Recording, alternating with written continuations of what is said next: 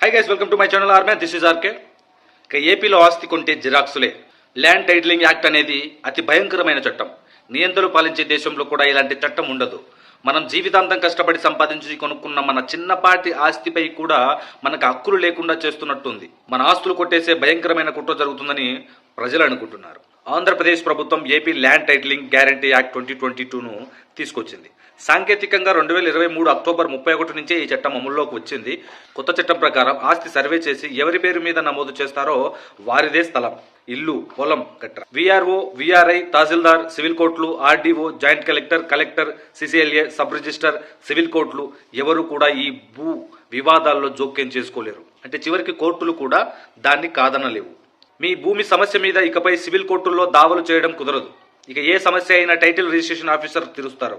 ఆయన తీర్పు నచ్చకపోతే ల్యాండ్ టైటిలింగ్ అప్లేట్ ఆఫీసర్ దగ్గరకు వెళ్ళాలి.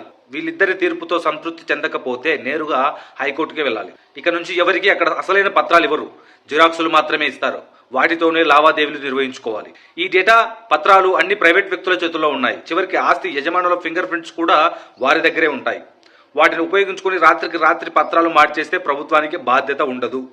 ఎందుకంటే ల్యాండ్ టైటిలింగ్ యాక్ట్ ద్వారా మొదట ప్రభుత్వ అధికారి దగ్గరికే వెళ్ళాలి. మొత్తం ఓ కుట్ర ప్రకారం ప్రజలు ఆస్తులపై హక్కులు లేకుండా చేస్తున్నారన్న అనుమానాలు క్రమంగా బలపడుతున్నాయని ప్రజలు అనుకుంటున్నారు.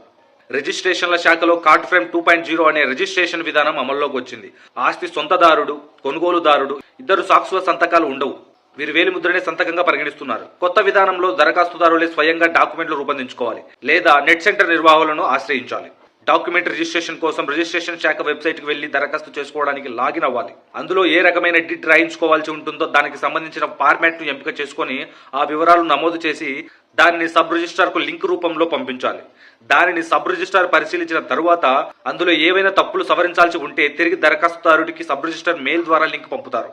వాటిని కూడా సరిచేసి లింక్ ద్వారానే మరలా సబ్ రిజిస్టర్కు పంపితే దానిని ఓకే చేసిన తర్వాతే కొనుగోలుదారుడు, అమ్మకందారుడు సబ్ రిజిస్టర్ కార్యాలయానికి వెళ్లి వేలిముద్ర వేయాల్సి ఉంటుంది. ఇంత చేసిన తర్వాత కూడా అసలైన పత్రాలు ఇవ్వరు. అవి ప్రభుత్వం దగ్గరే. అంటే ఈ కార్డ్ ఫ్రేమ్ 2.0 అనే రిజిస్ట్రేషన్ విధానం గుప్పెట్లో పెట్టుకున్న క్రిటికల్ కేర్ అనే ప్రైవేట్ కంపెనీ వద్ద ఉంటాయి. ఈ రిజిస్ట్రేషన్ సంగతి సరే, అసలైన పత్రాలు ఎందుకు ఇవ్వరు, జిరాక్సులే ఎందుకు ఇస్తారన్నది మాత్రం ఎవరూ చెప్పడం లేదు.